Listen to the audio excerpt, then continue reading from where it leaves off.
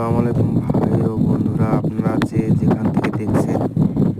তো আজকের ভিডিওটা হলো উট মানুষের কথা শুনে।